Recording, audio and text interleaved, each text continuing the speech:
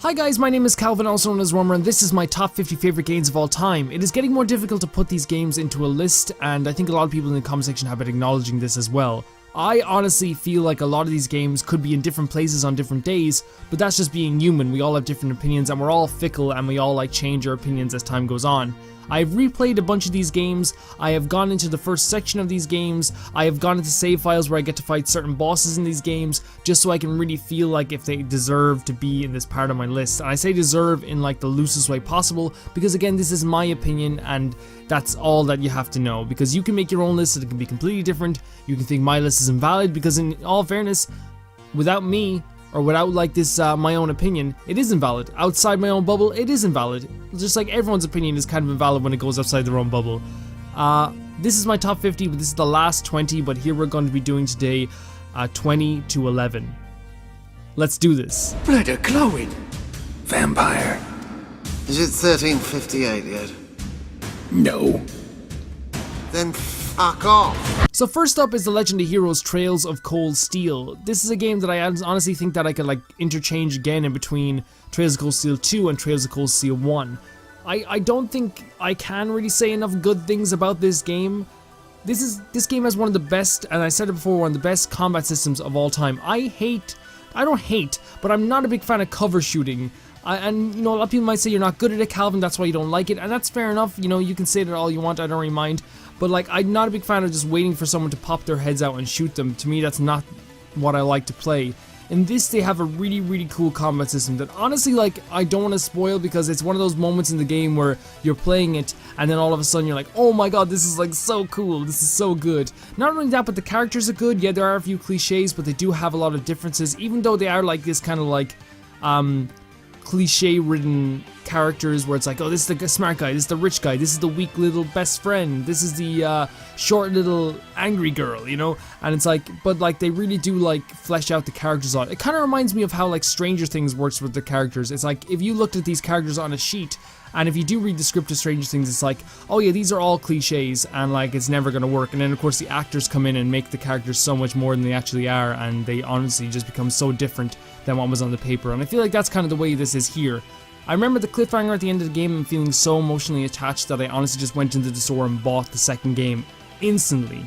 The thing that edges this out as being better than the second game for me is the fact that it's based in a school setting, which to me is a lot more interesting, like a military school, like sitting in this military school for this whole game and like, you know, going to different places, visiting different places. And I feel like in the second game is still good, but a lot of the second game is just revisiting the places that you've already been in the first game, which to me, I always enjoy going to a place for the first time rather than the second time, with some exceptions that I'm going to explain a little bit later in this list.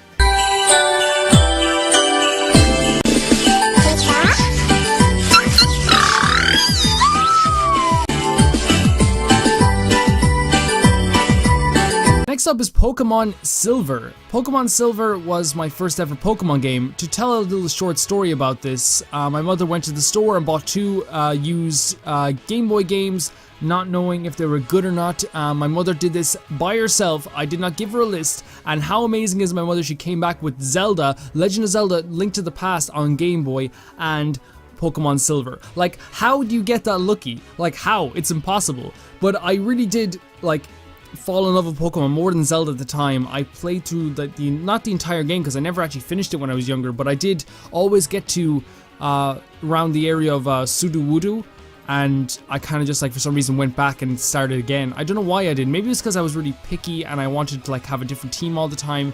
But my main Pokemon in this game was Totodile. It was always Totodile. Like, I keep going back to Totodile. Yes, I picked a different one in my playthrough on the 3DS.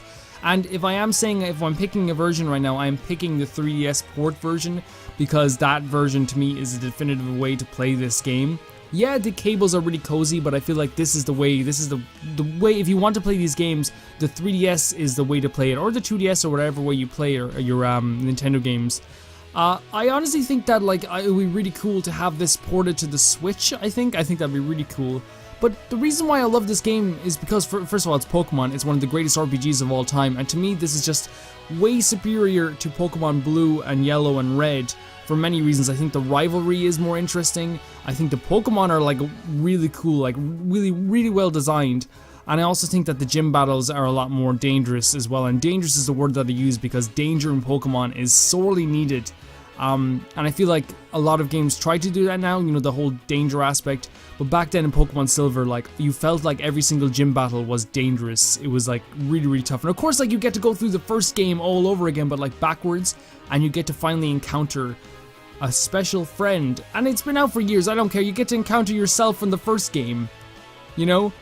And like, I didn't like, however, that like Red was the main guy and Blue wasn't the main guy, because honestly, I picked Blue. I picked Blue all the way. That's what I would say. But yeah, I really like Pokemon Silver too, and it's honestly like, I have a real connection to this game, and it's not just because it was my childhood, because I've replayed the game recently, and it still is one of the greatest RPGs of all time. Mister, my. Rowlet really likes to sleep a lot. Mine.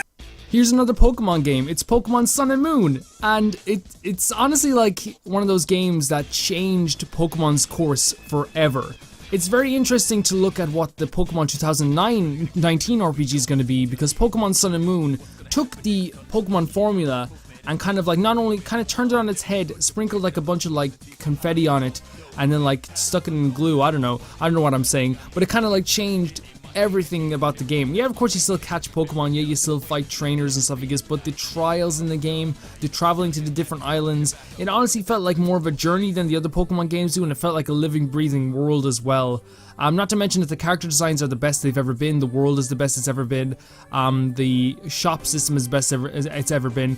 I don't care what anyone says, petting the animals makes your connection to the Pokemon, way more interesting, because you actually feel, you spend time with these Pokemon and you're like, I know you. Like, I know you now. I know what you like. I know what food you like. I know how you react when I pay attention to you. And then they come back in the battles and actually help you out with that system as well.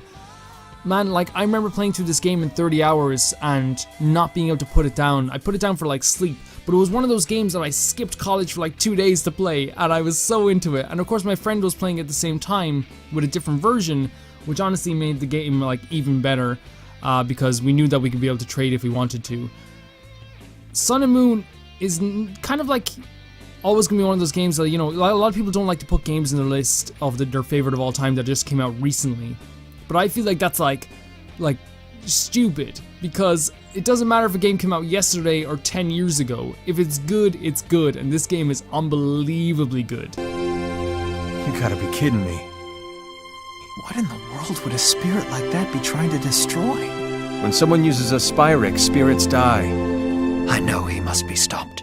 I know I must help stop him. I already put a Tails game in this list. I put Tales of Zestiria.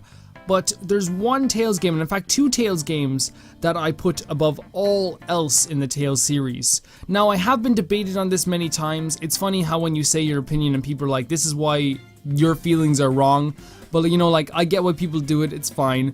But here's, honestly, like, Tales of Xillia, am I saying that right? I've never understood how to say it. Tales of Xillia 1 and 2 have something that the other Tales games didn't have for me. For one, the combat system is like a fighting game. When you get into the battle with enemies on the field, it feels like you're in a fighting game. Yeah, Demon Fist is overpowered and all like that, but honestly, it's so much fun. It's so much fun. Honestly, I would say that in terms of fun, I think it's one of the most fun combat systems I've ever been able to have the pleasure of playing with.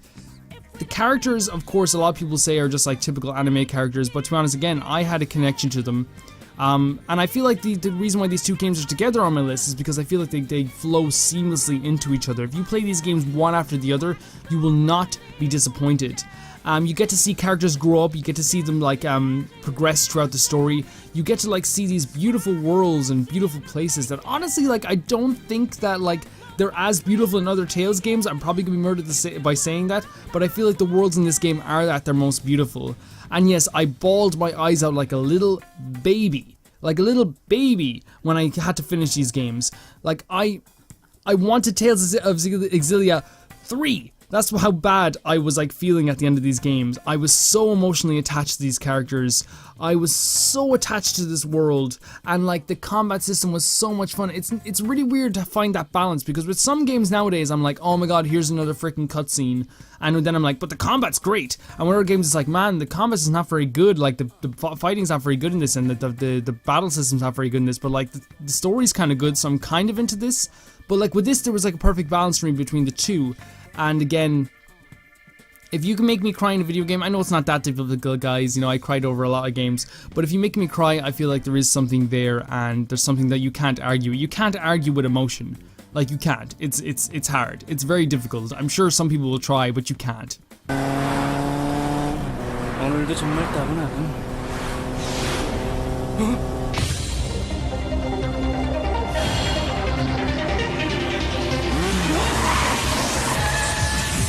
Another fighting game makes my list. It's Tekken 5. Now again, another story about this game. I got a PSP for my communion. If you don't know what a communion is, I don't really know what it is either. But I remember getting like €500 off like different relatives, not each, like a cumulative €500. And all I wanted was a PSP. So I went down to the store, I bought a PSP, and then I started buying a bunch of games for it over time. The first game I bought for it was Grand Theft Auto Liberty City Stories, but then over time it kept like, you know, adding and adding to it. But the game that I bought for the PSP that changed everything, and here's the thing is, I'm putting this PSP version on the list, but it is the worst version you can play of this game. I'm saying Tekken 5 because, like, here's the thing, as I've said before, Tekken is like my favorite fighting game. Again, I know all the characters, I've said this before, you can go back to the other games on the list. I know their stories, I know their backgrounds, I know who they hate, I know, like, in some cases I know what their favorite foods are, and it's really weird. But Tekken 5 was special to me because I remember car rides. I like when I would be on summer holidays and I would go up in car rides with my grandfather to my grandmother's house, and I would have the PSP in the back the car and just like playing Tekken over and over again, going through all of their storylines over and over and over again. Again, like, it's another game that's just really special to me, and again, it is a really good fighting game, and Jinpachi's a great final boss because he is one of those bosses that once you defeat him once, it's like, okay, now I'm getting the hang of it. He's still difficult, but I'm getting the hang of it, and at all points, he can beat you at any point. And the reason why this is above Tekken 6 is because Azazel is a bad final boss. Let's not deny it. Let's not change our opinions on this. He is a bad final boss. We can't deny this. Someone's gonna deny it. Everyone's gonna deny it. like he's good in the scenario campaign, but like in the actual, like, the arcade game itself, it's like so weird. And of course, this is, in my opinion, the transition that, like, and again, a transition I don't really like, from goofy cutscenes, right, and some cutscenes, great cutscenes, and unlockable characters to not unlockable characters, but still a great arcade mode, to Tekken 6, which has a great game, and the arcade mode is fun, but it's shorter than anything I've ever seen. Yes, it resembles an actual tournament, an actual real tournament, a fighting tournament, but still, I don't like the arcade mode in Tekken 6, but I love Tekken 5 and Tekken 6. You seem to be making yourself quite comfortable here, my boy. I'm just trying to fit in. If this didn't make the list at any point, it would be kind of strange. Bully is a game that I played once a day, every day, over the summer of 2006. This is no exaggeration. I would wake up in the morning at 9 o'clock and finish the game by that night. And again, it's a game that, like, if you ask me where things are, I know where everything is. You ask me where, I know where every class is, where every single character will be, where certain people are at certain times, where not to go if you don't want to get freaking caught in the nighttime, where, like, people's houses are up in the rich district. I played this game so much and, like, 100%ed it a few times as well. It's one of the only games that I've actually 100%ed. But this game is special to me. Like, it's again, like, there was a time when you're younger when you buy a game and that's your only game for so long because you're not going to get another game for a really long time, and Bully was that game for me. Over and over again without getting bored. Every single solitary, mission over and over again, and I had no problem doing it. Like, it's just so much fun. No problem going into a next save file, unlocking everything again, playing over the game again, knowing every single line of dialogue before it happens. Those are the games that we played as a kid that are so special to us, and Bully is definitely one of them. It is honestly the best Rockstar game that I've ever played, and I've played nearly all the Grand Theft Autos apart from 4 and 5. I've played Red Dead Redemption. This to me is the best Rockstar game of all time. And to me, like, if you're thinking about like games like Rockstar games, I think it is close to being one of the greatest games of all time as well. Well, the fact that like it's here on the top 20 list, like, you know, a lot of people go like, oh, it should be higher. It's like, man, like I've played like so many games, like over like 1,000 games, we all have, and it's like for this to be in like a list like this, I'm pretty sure like it's pretty good. And of course, it's a funny game. You do like, and here's the thing, like a lot of people from afar might not think, but you will get like, you know, kind of like into these characters' story. You do feel for Jimmy, and eventually you do become Jimmy Hopkins as well.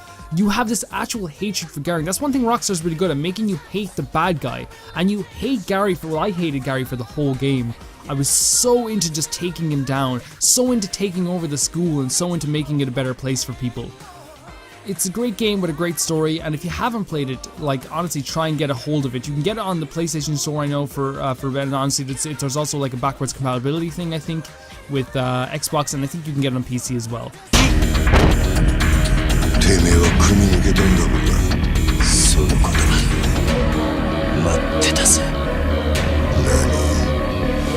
Next on the list is Yakuza Kiwami and Yakuza 0. They go together because these games are improved by coming together.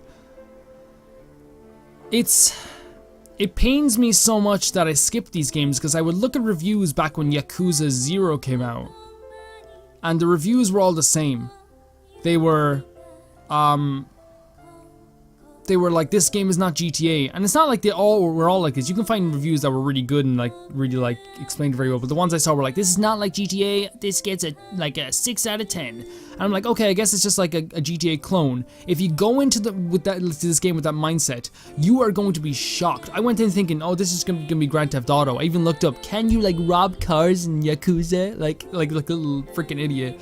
And you play these like games and not like, Yakuza is better to me than Grand Theft Auto. Yakuza is like this amazing world, and I kind of think it's like a continuation of Shenmue.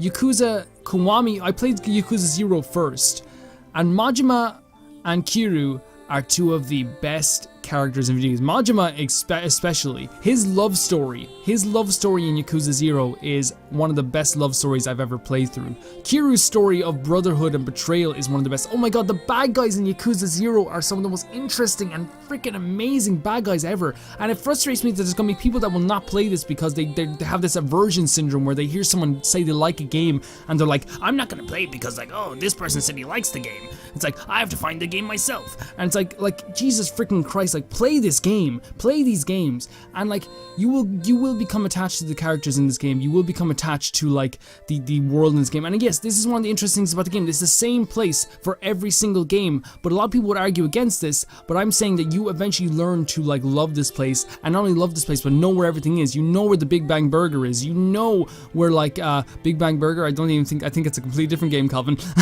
You know where everything is, like, you know where the Sega shop. You get to play arcade games in this. I played Outrun in Yakuza 0. I think King of Fighters in Yakuza 6. Like, what else can you do? You do karaoke, and it's actually like a rhythm game.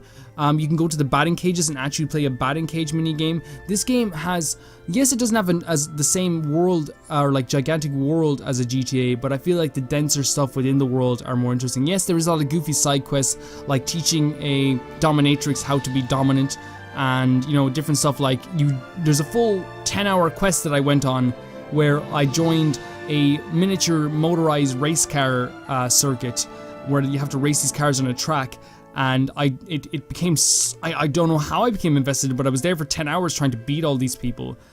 But there is a lot of serious aspects to it as well. It is a scary story. It is a very, very interesting story. It is a story about Yakuza mob bosses, so of course it's going to get really, really terrifying. Of course it's going to get like really intricate. I don't think I can talk enough about how amazing this game is, and to be honest, I would be here for like an hour talking about how great this game is. You will play this game, and I honestly wish that everyone would, and you will fall in love. I sound like Michael Scott now. You will fall in love. You are 2 medals, gold medals. Please play Yakuza Kiwami and Yakuza 0, because honestly, even right now, I am not doing this game justice by the way I'm talking about it. The Majima everywhere system. There's this character named Majima who's a freaking psychopath who he'll show up, like he'll jump out of manholes and jump out of car boots and jump out of like traffic cones and attack you and you have to fight him. There's this character called Mr. Shakedown as well. I'm not spoiling anything else. Play it.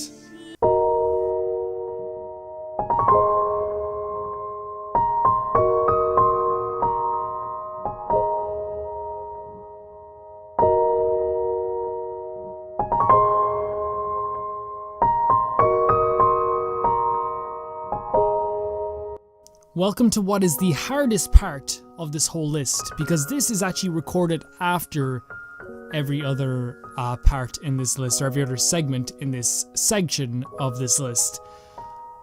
This is one of the hardest parts of this entire kind of process of making this video series, mostly because this changed just 2 seconds ago while I was editing this video. I was all ready to put Skyward Sword here and then move Breath of the Wild up a little. And what I did with a lot of these games is I played through the first part of these games, and I played through the first part of Skyward Sword and I was like, I can't really see myself going through this game again. And then with Breath of the Wild it was like, this is really easy to go through again, I cannot wait, I might even go through the whole thing again. And then I played a few other games and I was like, okay, they're getting this spot and they're getting this spot. But with Breath of the Wild and Skyward Sword, what changed was as I was listening to the soundtrack of Skyward Sword, well, I'll explain it next time in the next video, but something clicked and Skyward Sword is way higher up now. You guys know I have a connection to that game. Anyone who's watched that series know I had a connection to this game. So let's talk about Breath of the Wild though, and I want to give Breath of the Wild its due because I feel like it's one of the greatest games of all time. Breath of the Wild to me is the greatest open world game I have ever played. Breath of the Wild to me is one of those games that you can just go everywhere. It's honestly ruined a lot of open world games in the past for me because there are no invisible walls. Yes, you can die going off in a different section, or yes, you can die, you know, because you don't have enough stamina and eventually you're not going to get to the horizon of water. But this game is truly an open world. This game is, when they say you can do anything in this world, it's not just a lie. It's not just a lie about you. If you see that, you can go there. If you see that, you can go there. There is an island off in the distance in this game that I didn't actually think I could get to. I flew there, and it's a real place. It's a real place with its own like ecosystem and its own challenges and its own monsters. It's insane.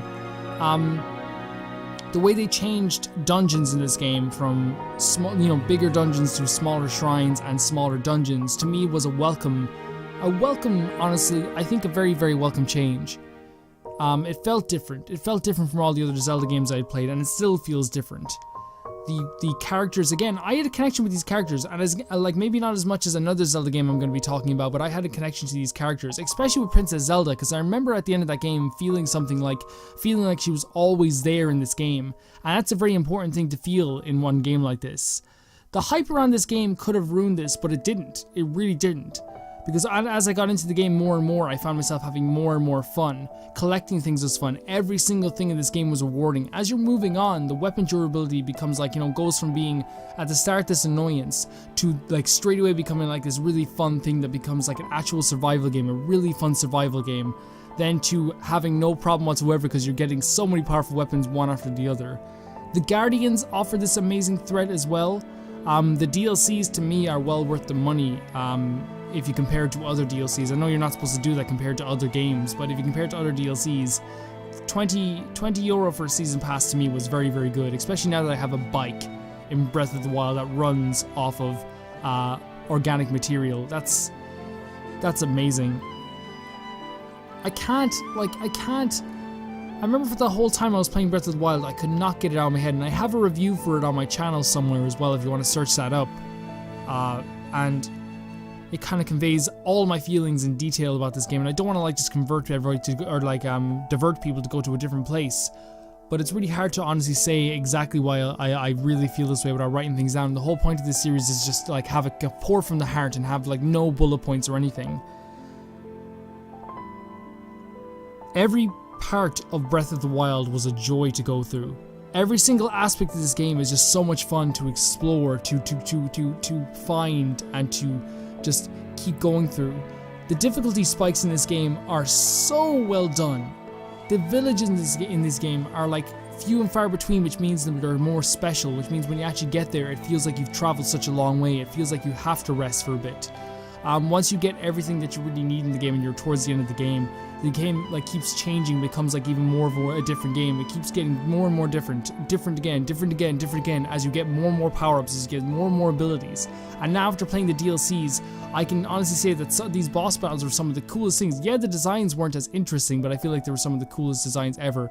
And dare I say, this is the best Hyrule Castle out of any Zelda game.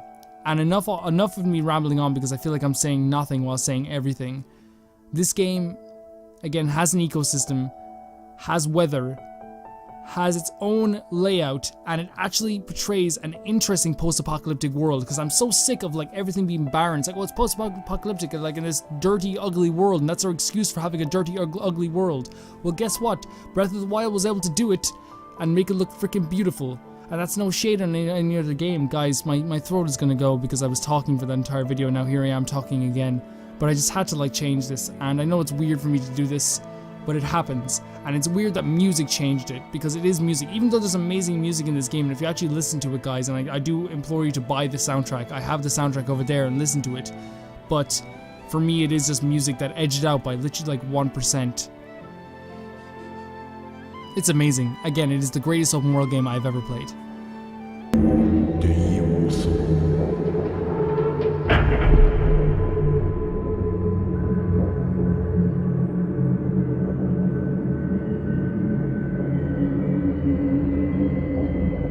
There's no surprise what this game is here.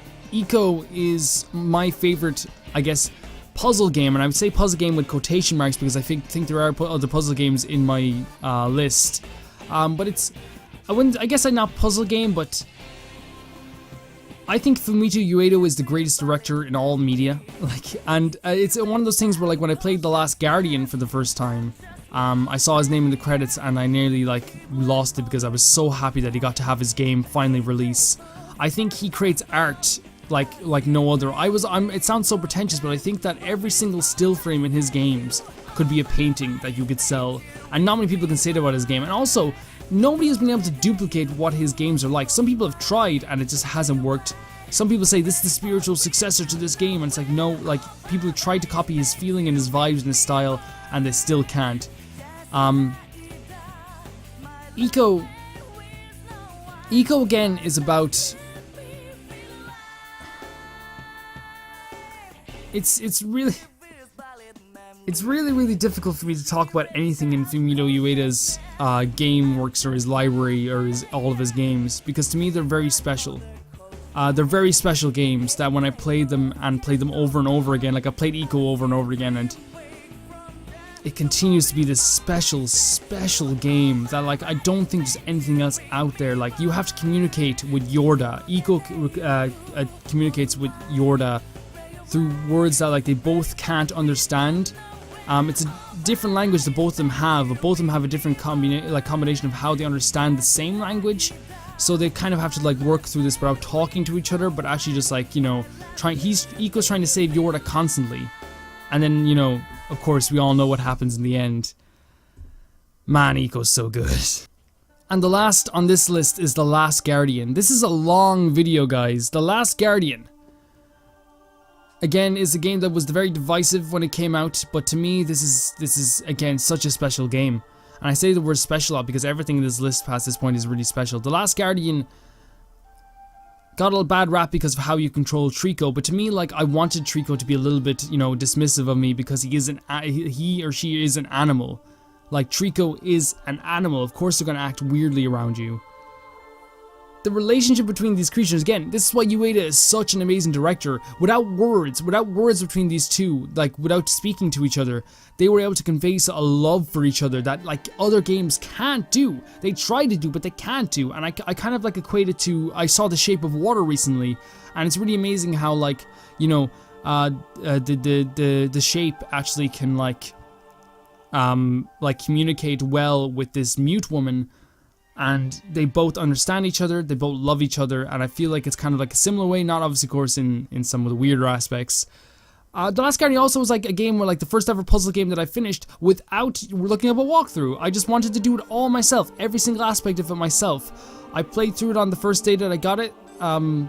Again, it's a Ueda game, so I think it's really unbelievably amazing. I think that a lot of the stuff was pretty cool. And here's the thing, right? I must have gotten a special copy of The Last Guardian, because for frick's sake, guys, it wasn't as bad in terms of frame rate as people say. When people talk to me about the frame rate, they're like, well, like, you know, like, it's like unplayable. And it's like, how did I play it then? If it's unplayable, how did I play it? And also, if you want to see my real thoughts on this game, I have a playthrough of it on my channel. That's a shameless plug. Alright guys, so that's it for this part of the list. We are going into the top 10 next, which I think that if anyone's actually attached to this list, which is kind of weird, I mean attached in the sense of like, oh, I hate your list, Calvin.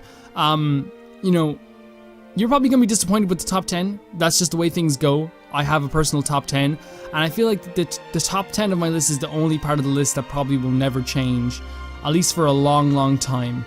Thank you guys for watching this, and I'll see you very soon.